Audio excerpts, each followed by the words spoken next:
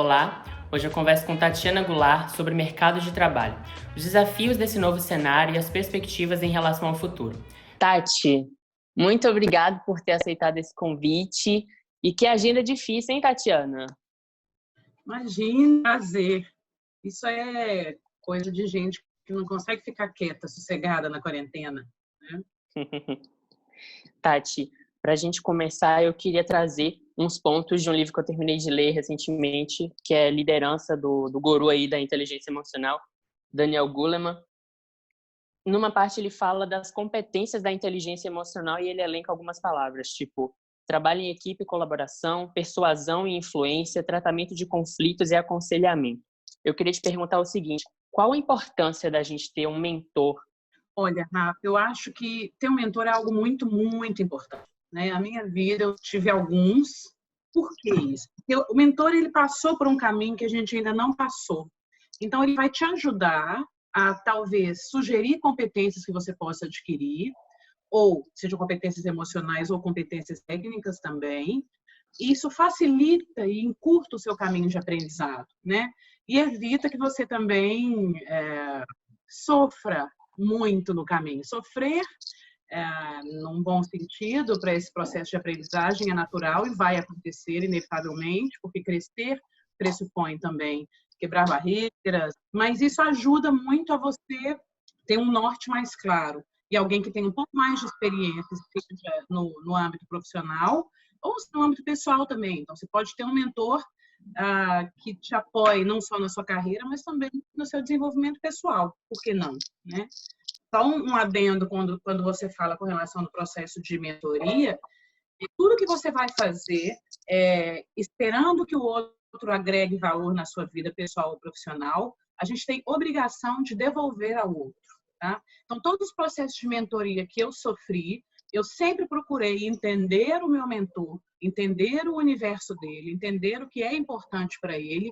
E sempre que eu encontrei algum material, alguém que pudesse ser interessante para ele, eu retribuía aquele gesto de mentoria de alguma forma.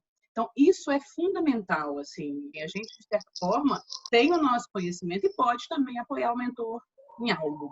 Não sei se eu aprendi isso sozinho ou fui adaptando algumas coisas. Você sempre me ensinou, sei lá, quando você se candidata para uma vaga de emprego, e aí você pega o telefone, liga, ou você pede ajuda para alguém que conhece alguém ali. E eu adotei, para entrar no meu último trabalho, o seguinte: eu conheci uma pessoa que já tinha trabalhado lá, não trabalhava mais, e eu mandei uma mensagem para ela falando o seguinte: oi, tudo bem? Eu estou participando desse processo aqui. Você tem alguma dica para me dar? Alguma coisa que eu deva falar ou não deva falar no dia da dinâmica, né, no dia da entrevista? E não chegar com esse pedindo, né? Ai, me coloca, mas assim, pedindo um conselho, que eu acho, e partiu dela, né? Depois ela falou: eu conheço a pessoa que está trabalhando nesse processo, mas partir nesse lado também de aconselhamento, né? Você pode, por exemplo, se você estiver procurando alguma vaga em determinada empresa, procurar no LinkedIn quem são aquelas pessoas que estão naquele mesmo cargo e entrar em contato com eles. Olha, eu tenho interesse nessa área, eu tenho interesse nessa posição, o que você fez, o que você tem, o que você me aconselha. Eu digo o seguinte: o que você tem, e de novo, lembrando em como você pode apoiar e devolver para a pessoa o auxílio que ela vai te dar. É isso que vocês esquecem quase 100% das vezes, né? O não a gente já tem. Então, eu acho que o segredo para as pessoas darem certo é você ter um objetivo e traçar um plano para aquele objetivo. E esse plano é um plano que tem que ser muito bem desenhado e que vão ter pedras no caminho, então você tem que ter uma resiliência muito grande para tudo que você vai fazer na vida. E mais do que isso, ter um ingrediente que ele é fundamental, ter ética. Você pode fazer o que você quiser, desde que você tenha uma atitude ética, não passe por cima de ninguém, não é necessário fazer isso para crescer, que você ajude as pessoas, que se você encontrar alguém no caminho também, numa situação parecida com a sua, também ajude, e assim você vai criando um ciclo de troca e de colaboração. Nos últimos tempos, a gente tem escutado muito falar sobre o profissional 360, aquele cara que ele faz mais do que o esperado, né? Mais do que é pedido. Me fala um pouquinho sobre isso, né? O que a gente precisa adotar? Sim, a gente tem que ter uma atitude proativa. E não tem essa de fazer tudo ao mesmo tempo. A quarentena é uma coisa difícil, às vezes a gente tem que estar realmente respirando e acordando e falando, vamos lá, mais um dia, não é algo simples. Então, tem que também respeitar os limites de até onde a gente dá conta de ir, né? Mas pensando nessa coisa do 360, né, de fazer mais deve ser feito, isso sempre foi uma premissa na minha vida, sempre. Essa proatividade sempre me perseguiu, assim, eu sempre tive isso dentro de mim e é uma orientação que eu faço, assim, quando você está numa organização e tem um time de iguais, aqueles que se destacam mais são os que se diferenciam de alguma forma, os que trazem ideias novas, os que compartilham das suas dores, da dor do líder, que vem, te perguntam, e aí, quais são os nossos desafios? Onde está o seu calo? Deixa eu tentar te ajudar, deixa eu tentar ter uma ideia. Ser proativo e trazer ideias mais estratégicas vão te colocar numa posição diferenciada. Por exemplo, meu filho é designer gráfico, autodidata, e ele... a gente estava conversando outro dia, eu falei, Rafa, por que você não faz um LinkedIn? Ele, o quê? O menino tem 18 anos. E olha que ele é chamado para um monte de trabalho, faz coisa fora, recebe em PayPal, uns negócios que eu custa entender. Mas eu falei, me faz um LinkedIn, cria o seu perfil, coloca o seu trabalho lá. Na hora que você faz universidades, ele está querendo olhar uma universidade fora, você coloca no seu processo de aplicação, você tem um LinkedIn, está tudo lá.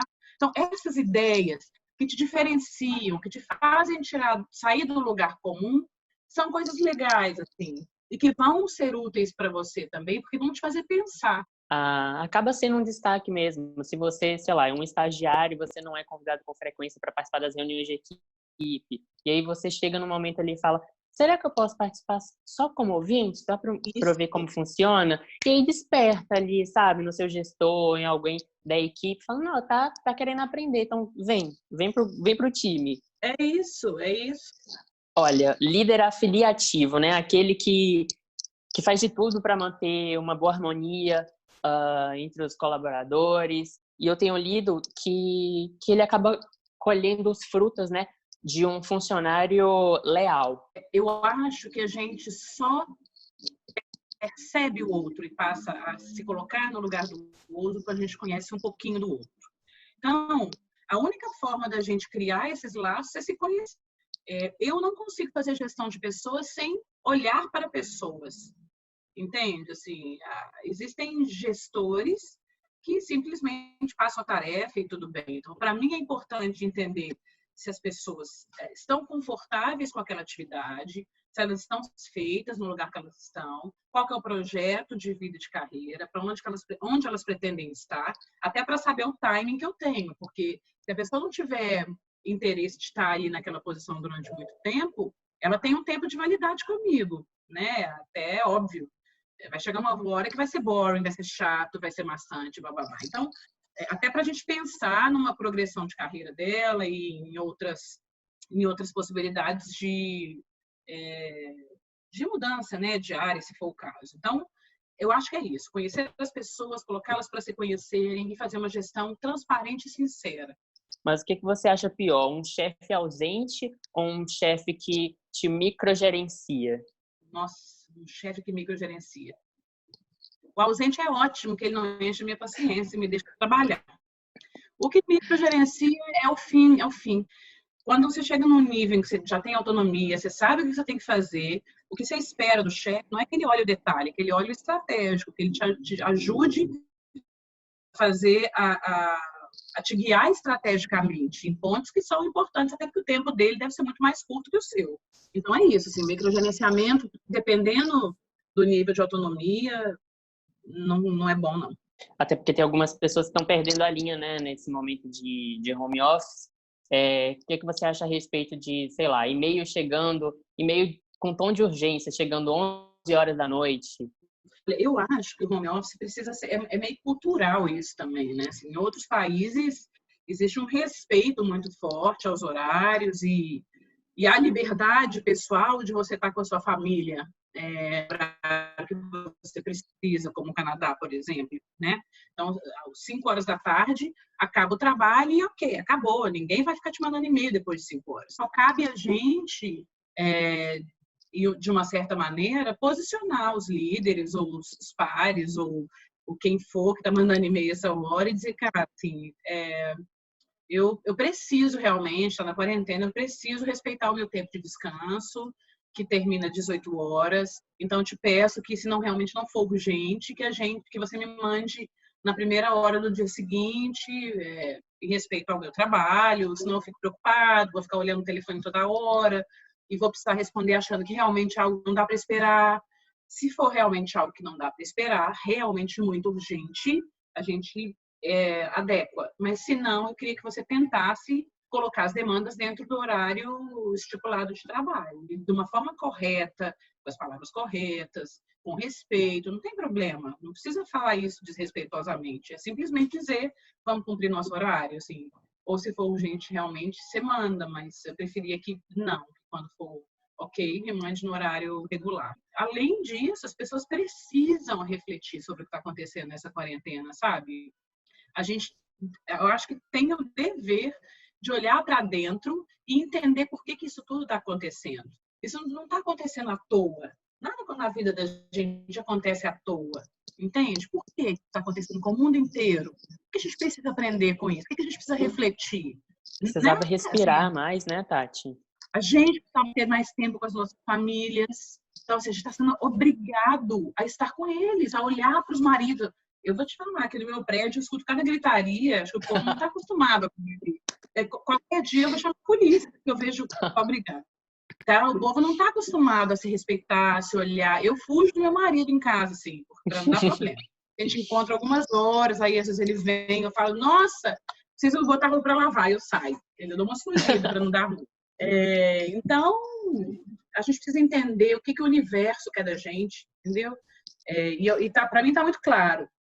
A gente precisa voltar para as nossas relações, que é o que importa, as relações pessoais, olhar para o outro que a gente não estava olhando. Então, por exemplo, a gente vê, pelo menos pela primeira vez na história, grandes organizações fazendo conglomerados para ajudar outras pessoas ou outras empresas.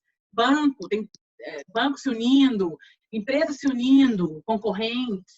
Então, assim, opa, tem um movimento de colaboração aí que está sendo estimulado.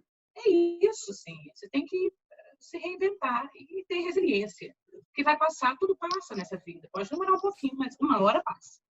Para a gente encerrar, o que você tem para deixar de mensagem para as pessoas que estão em casa, ou pensando em desistir, ou pensando em começar algo novo, ou enfim? Olha, eu acho que não tem que desistir de nada, não. Sonho é uma coisa que a gente tem que desengavetar, entendeu? A gente precisa dar o primeiro passo, que nem sempre é fácil, a gente está em casa, dá preguiça, mas tem que começar por alguma coisa. Você não precisa fazer o projeto inteiro que você tem em um mês. Tá? Tem que dar o primeiro passo, tem que estudar, tem que se dedicar. Então, assim, a minha dica é: ninguém tem que desistir. Desengavetem os sonhos, comecem os planos, procurem pessoas que possam te orientar, que possam te guiar, que possam te ajudar, pessoas do bem. Porque gente para botar energia ruim também tá cheio. Então, cuidado, né, para não convidar os como é que fala isso? Desincentivadores, né? A minha chefe atual fala assim: a gente não precisa de atrapalhante, não, a gente precisa de ajudante. Então, não chamem os atrapalhantes, chamem os ajudantes e vai ser feliz. Porque eu acho também que a quarentena tem sido muito importante para a gente refletir sobre o que é felicidade. Será que a gente está num lugar que a gente gosta? No emprego que a gente gosta? Fazendo o que a gente gosta? O que falta? Né? Então, e correr atrás dos sonhos, planejar, é muito bom planejar e concretizar. Só plano também no papel não adianta. Acho que é isso, ter fé, resiliência e começar. Começa, planeja, define a meta e dá o primeiro passo. Perfeito.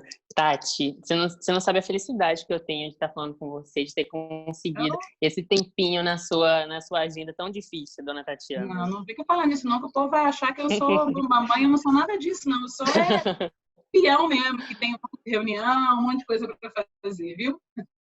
Tati, muito obrigado. Fica bem, Obrigada. cuida. Obrigada, você também e todo mundo. Viu? Tá propósito e sonho. Essas são as palavras para ficarem aí no fechamento do dia. Viu? Pode deixar. Até mais. Se precisar de mim, eu tô aqui, tá? Obrigada. Beijo. Tchau.